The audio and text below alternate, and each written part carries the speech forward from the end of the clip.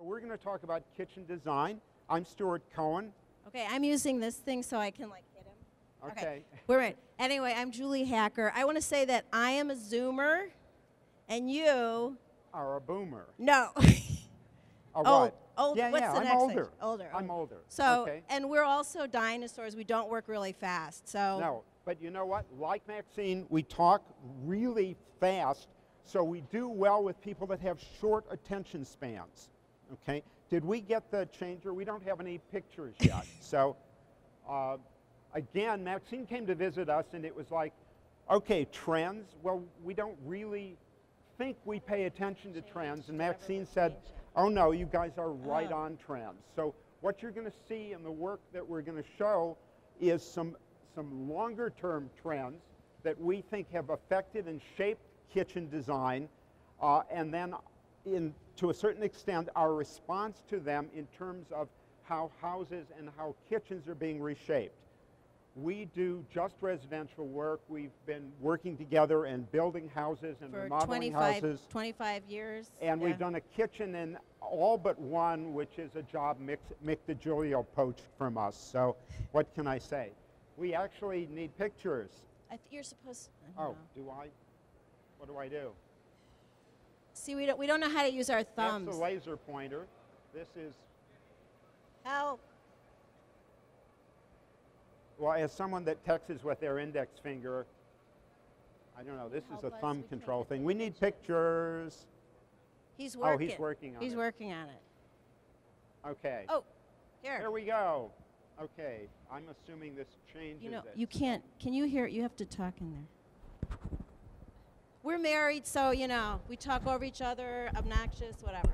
The best part is the slides actually have letters down at the bottom, so we don't actually... okay, so that's me. Okay. Yeah. All right, so historically the kitchen, the hearth was the heart of the home. It was one room. It heated the home, and it was acted as the kitchen. So we're going to start here, and we're probably going to end up here. Okay. And it was also the way poor people prepared food. By the time you get to the 19th century, people that could afford to have kitchens that started to have appliances in them actually had servants. So in this century, starting maybe sometime after the First World War, and with the rise of the middle class, the big thing that happens is the middle class and the upper middle class are suddenly in their kitchens. They're preparing the food. They're not having it prepared by servants. Okay, well, what changes is that with the upper class, the kitchen was, this goes to the slide before, but the kitchen was not part of the home. It was actually separated with a back stair for the servants. As you know, with the change in the middle class, the incorporation of modern appliances, ideas about efficiency, the great golden triangle, all of that, the layout of the modern kitchen began. I think it's the work triangle, but that's okay. That's the golden triangle. That's in China. Okay. So we're sort of back where we started, which is that more and more people are basically living in one room, and the focus of that one room, like the initial slides that Julie showed, is in fact the kitchen and the hearth.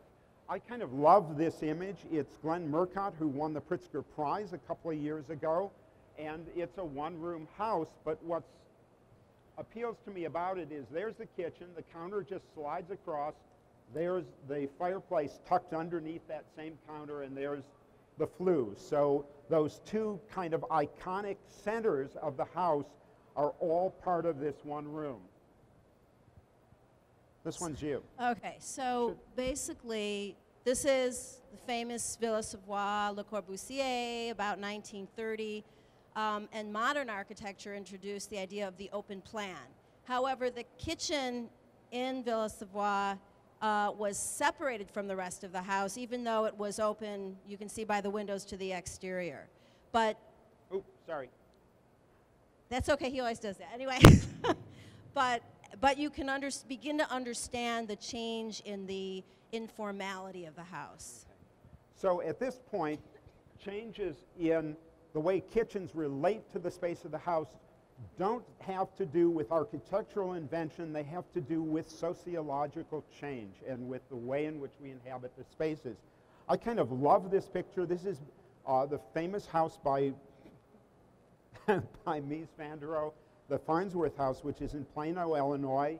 It was built as a vacation house, but the space, which you can sort of see here, is open, completely open. It's all glass house, so it's open to the Fox River, to nature, to views, and look at where the kitchen is.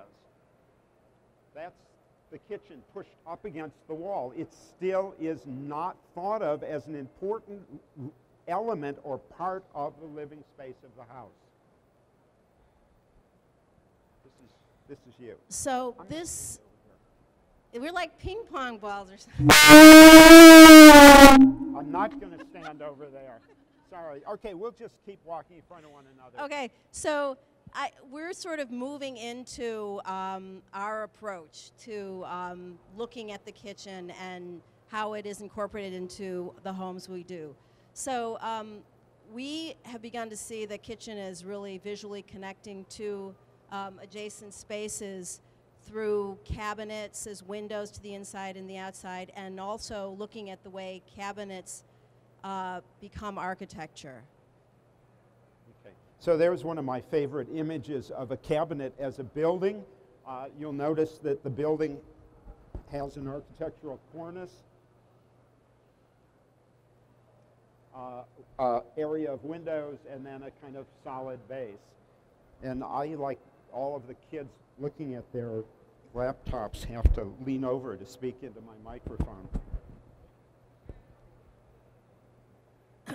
You know, I just wanted to reiterate, we are talking about transforming the traditional. So we started with some very modern images in modern homes. And it seems that we're sort of working our way back into sort of traditional architecture using contemporary elements. So just so we don't get too far astray from what we were talking about. But these images, which this is not our work, but cabinets are used, as you can see, as walls of windows. So they're glass fronted, but they tend to expand your view. And you know, even if your plates are in the foreground, you look beyond. So we find this very interesting. Okay. I guess the next sort of extension of thinking about cabinetry in that way is cabinets which actually are windows. That is, cabinets which allow you to see through them and to have a view of something beyond, whether it's the outside or whether it's a space. The image in the lower left-hand corner is us. This is the famous Viennese architect, Joseph Hoffmann. And this is a kitchen we did in a summer home. You can see on the left, it's the glass cabinet becomes a room divider, and suddenly we're opening up the kitchen to the breakfast room, which is on the other side. And then this again is using a cabinet on the right with views to the yard beyond. Okay. Another idea about cabinetry as windows, in the image on the left-hand side, which is again another Viennese architect, Joseph Albrecht. If you look at the way the window is extended by the glass display cabinets, which kind of make their way around the room, you can't, boy, the images really don't show up. But in the little kitchen that we're looking at on the right-hand side, it's in a townhouse, and the kitchen is completely interior. It just looks into the adjacent eating area and family room, but we actually provided the kitchen with a window here which has a view up the stair, or if you're coming down the stair, you would actually look through the kitchen and out the front of the house. And this is the same kitchen, and this is in actually a small renovated historical farmhouse. So the kitchen is interior. We and you can see this is a better view on the right of the window looking up through the stair, and the glass cabinets give you, you know, the idea of space beyond. So even though it's internalized, it's basically allowing you to sort of see space beyond. Can all of you actually see this? This is a breakfast table, and the family room is out here. What Julie didn't mention is the house is actually in Hyde Park, so it's about 3 feet from another house on that side, which is why there are no windows in the actual kitchen. Same thing happening here. This divider piece, which has glass-fronted cabinets, is used as a way to separate the kitchen from breakfast area and family room, but to actually visually make them all one space. And then we do this again in this home on the North Shore, which is the glass-fronted cabinet. And again, it's divided light. This is a more traditional home looking into the breakfast room. So the kitchen is actually connected visually, but they're separate spaces. I think one of the things I just want to point out, we also, I mean, Maxine sort of talked about this, but we frequently do more contemporary elements. We make, you know, the stainless hood and the stainless sink juxtaposed against the excuse me, the cooktop and the stainless sink juxtaposed against the traditional white cabinetry is something that whatever Gen X, whoever they were, you know, find appealing, but it's something that we do frequently. So yet another version of this, in this case of kind of ornate classical kitchen with the same sense of connection between the kitchen and the family and breakfast area. I mean, one of the things about these as traditional kitchens that incorporate sort of modern function and modern appliances is that we genuinely believe that architecture communicates, and we genuinely believe that traditional architectural forms convey a domesticity and a permanence, if you will, over time that, you know, other kinds or other styles of cabinetry or kitchen or architecture don't address. And I mean, I'm not surprised that Maxine would say that the kids are now interested in period houses. This is in a actually turn-of-the-century home, and it's a remodeled kitchen with a new addition. So this is really kind of taking the glass cabinet window idea to the limit.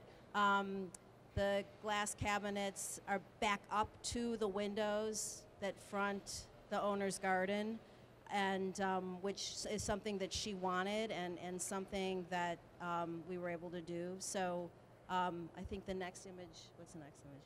Yeah. So this image then is on the other side of the kitchen, and we just have a very contemporary hood sitting in front of the windows that look to the other side.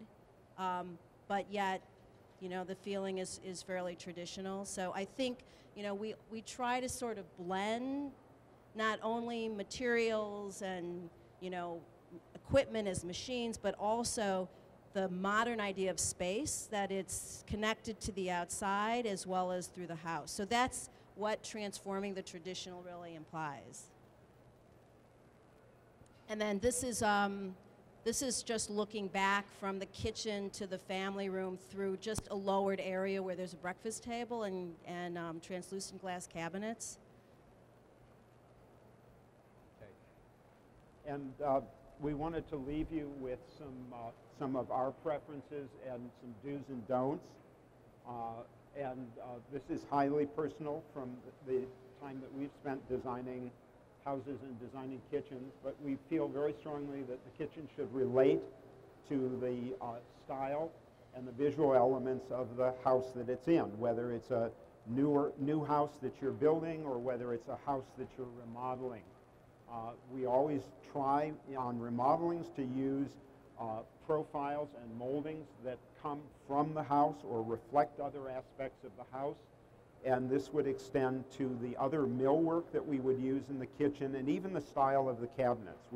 We go and we look at built-in cabinets in living rooms, in libraries, butlers' pantries, any place in an older home that would have had cabinetry, and then we actually try and extrapolate from that. And something that Julie touched on before, we kind of, you know, historic kitchens didn't have built-in refrigerators, and they didn't have, you know, huge kind of stainless steel ranges. So the question is, what are these things within the context of a new kitchen? And, you know, everybody out there is now manufacturing something that you can put a cabinet panel on. And occasionally we do that for design reasons, but generally we actually prefer our machines to look like machines.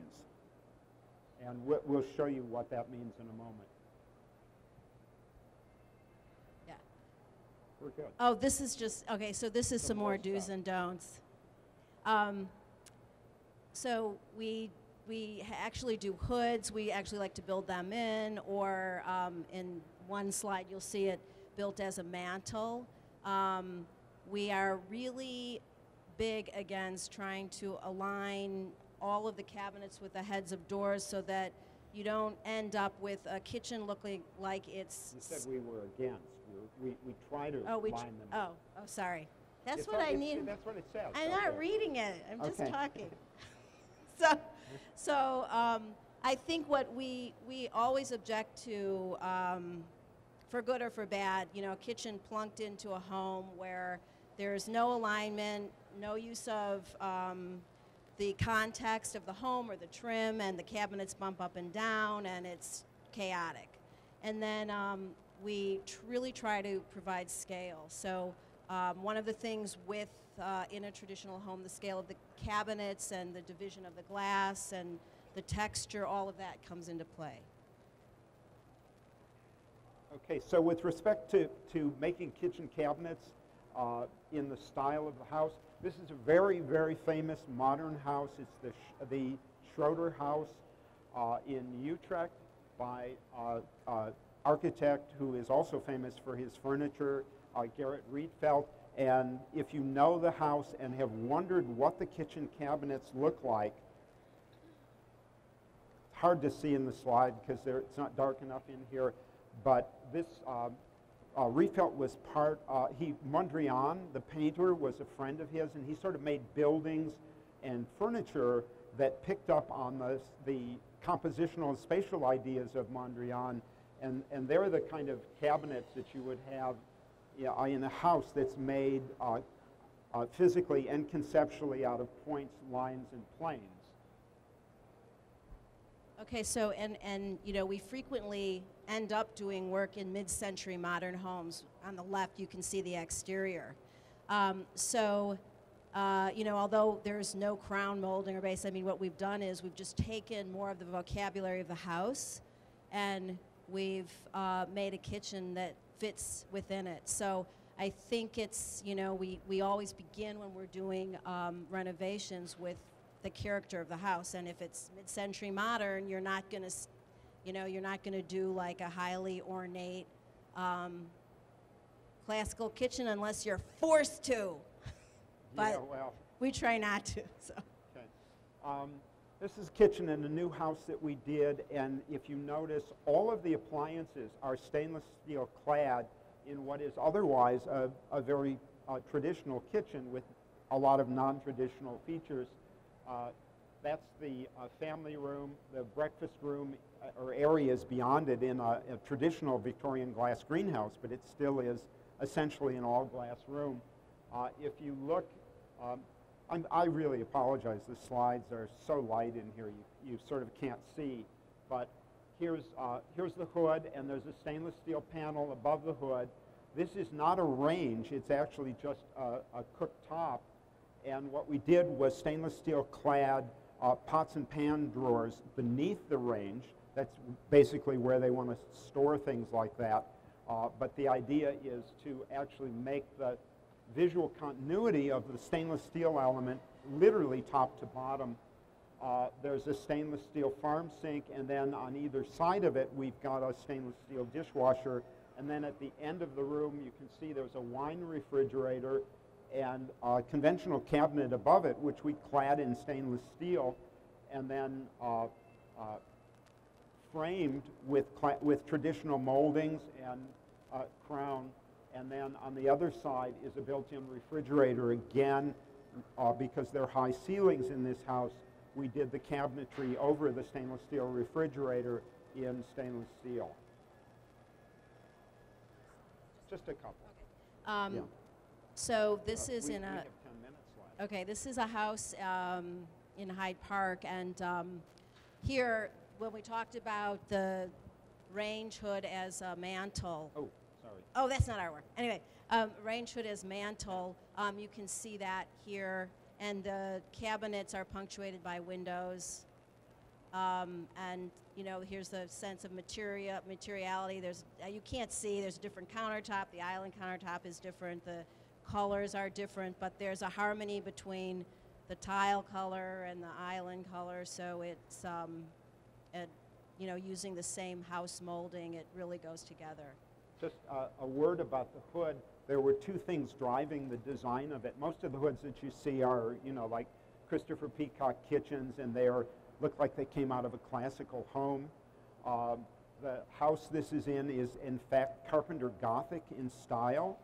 So the supports for the hood visually repeat elements found on the exterior of the house, and then the little mantelpiece in the design was actually sized for this kind of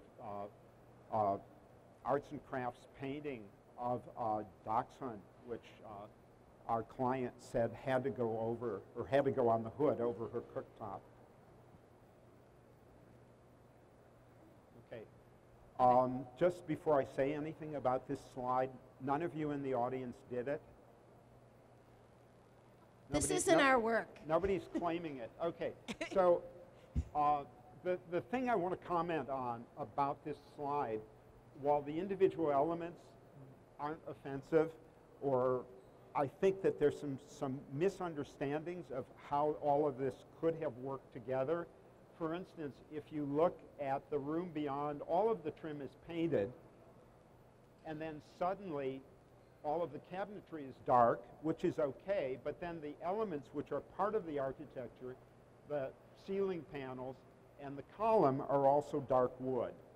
You know, they probably should have been painted to go with the the trim in the house.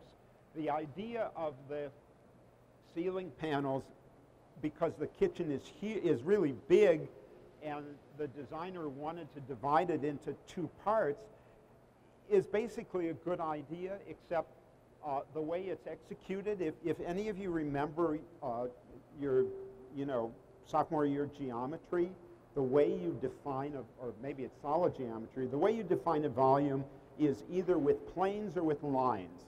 So, you know, if there had been columns at the corners, you would have understood that the ceiling was defining a space under it. If the counter beneath had been designed so that it was exactly the same size and probably a dark material, you would have understood that as a space and that is a space, but the shape is different, the materials are different, and suddenly you've just got these sort of dark areas of wood paneling floating in the ceiling. And the last thing I wanted to comment on is doesn't appear to be, or if there is, it's a tiny, really small scale crown, probably a builder. This is probably a builder house that somebody hired a kitchen, sorry about this, but a kitchen designer to do. And I have a feeling the client was driving the kitchen design. If you look at the crown, which you can barely see, but you can see it because it's wildly overscaled. You know, it shouldn't be bigger than the crown in the room.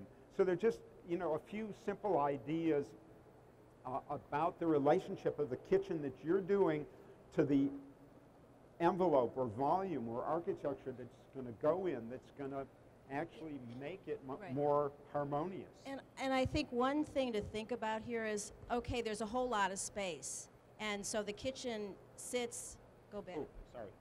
So the kitchen sits in this huge space, but it's not really defined. And so this little ceiling thing looks like it's trying to define it, but not successfully. So just because you have a whole lot of space and you're trying to connect spaces doesn't mean that you can't still make rooms out of your cabinet work or rooms out of your architecture that are still visually connected.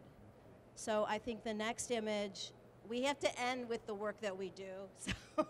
So this is... Sorry, you can't see it. Yeah, well, you can sort of see it, but so This anyway. is actually in the issue of Kitchen Trends, which is on the newsstand now. So I think, what we've done is this is in a 1920s great home by, who was it, Ernest Ernest Grunsfeld, the junior, the guy who did the planetarium. Right. And this is a new addition, and I think just the simple act of taking the head of the windows and creating a datum, we reproduced. You can't see the cabinets actually match the cabinets in the home. There's a raised diamond panel there, which comes from a detail in the doors and in the cabinetry in the living room. And there's one material for countertop, there's one material for backsplash, and there's this is actually a view from the breakfast room looking in, and there's glass cabinets on either side that look in, so the room is defined, but the space is continuous. And I think what frequently happens is that people, clients, think that they want like everything, every gimmick, every tile, every possible, appliance. I think the simplicity and the cohesiveness of good design, it's a couple of materials that you use, and can be just far more successful. Okay. We actually have a couple of minutes left over, so we could take questions, but if Maxine is still here, I have a feeling that all of you were dying to ask her questions. So, is she here? Maxine. Hey, Maxine. We have a few minutes left. We're happy to take questions, but when you departed the stage, I had the feeling that all of these people were dying to ask you questions. So why don't we all answer any questions that they have? That's fine. I'm still here. So I don't know, you've seen our work. Who's our demographic? Well, I think you've got a whole new interest in demographics. I actually think the older gen now, moving into these historic homes, you have an opportunity. But you were saying the kids are moving into the historic homes. Yeah, well, I call them kids. Kids. Oh, kids. Oh, okay. I'm old, so to me, but I'm just saying they really have this authentic desire, and they want older homes, and they want quality, and yet they can't afford everything. So they're looking for this like affordable way to have it all, and they can't always have it all. So they're looking at these inner cities, they're looking at the rings around the inner cities, they're looking around areas that have good school districts, but they really want to have it all, but they have a budget problem. When we have a client and the job is under budgeted, or for whatever reason they can't have it all, we always encourage them to build and buy quality and simply do less. Right. And have less. I will tell you, the one thing that Jen now is telling us, they cannot afford to buy cheap. See, that's what Walmart thought during the recession, that they would really get a lot of the younger consumer away from Target during the recession, and they didn't. They had 8-9 consecutive quarters of losses. And because they thought, well, surely they'll come to us for price. No, they'll go to the Salvation Army and find this great piece, repaint it, put it in their house, and it looks better than anything they could ever find at Walmart, and better quality at the same time. They tell us we cannot afford cheap. So tell us, there's a countertop manufacturer here that's doing out of Forza, I think, or something I met. They're doing affordable luxury countertops. If you haven't seen them, and it's real stone, but they're thinner and they're stronger because of the way they're backing them with this new core, and it's affordable luxury. And so that's the kind of stuff that Jen now says, great, that'll be in my home forever. I can't afford to tear that out in 10 years because will not have the money in 10 years. They get that they're not starting jobs at high incomes. They get that they're taking jobs that they didn't want to take just to get a job. And so they get it, and so they're saying, so give me that beautiful countertop, give me the laminate floor, I'll drive a Kia, but I can't afford to replace stuff in my home. We work for the largest outdoor furniture manufacturer in the country. They're buying very expensive woven furniture for those front porches because they said, I can't throw that away in 5 years. I can't afford to. So their vision of value, the true value, is not cheap. Their vision of value is durability. They want durability, longevity, and they don't want to have to replace it very quickly. So they have a whole new value equation out there that's not about inexpensive. Yay. Yeah. Yeah. It's the right values to encourage. Right. You know, everybody's sort of up about green architecture, and you know, we did our first greenhouse a couple of years ago. It was advanced framing. It did, you know, all of this stuff, and the only key is that it replaced another house. And the minute you do that, you've blown it. You know, some of this stuff is fad, but some of it makes real sense. If you build something that's well built, that will last, that somebody won't want to take down after the cost is amortized in 25 years, then you're ahead of the game. So I think that building well, buying, you know, getting value, making things that will have a longevity is one of the ways to address all of the forefronted issues right now. Very much so. And it's fascinating to watch this younger group understand. See, they know how to understand to find it. That's the other issue. They have a lot of things at their disposal to find that affordable luxury, to find that material. And I tell you, the younger generation loves materials. Thanks. They love material. If you have a great material display, unbelievable. Touch, we call it the petting zoo for materials. So they can walk into your establishment and they can touch everything and it's up on a wall, or they stick their hand in a box and they have to guess what it is. You know, they love fun. They love to laugh. You know, and so, you know, you put this material inside of a box and they go, well, that's your new countertop in there. Does that feel great? And then you show it to them. And that's the kind of stuff they love. I have to tell you, the surprise and delight for them is amazing. Oh, I got Julie one. has one. So I'm also plugging this book that's out on our Beautiful book. Okay. It's called Transforming the Traditional, and it's new construction and remodeling, available on Amazon. Yep. So any questions? Maxine went off, but Okay, you know. it's okay. No questions? We're I guess done. we're done. We're done. Thank you Thanks. all Thank for you. Thank you. taking time out of looking at wonderful products.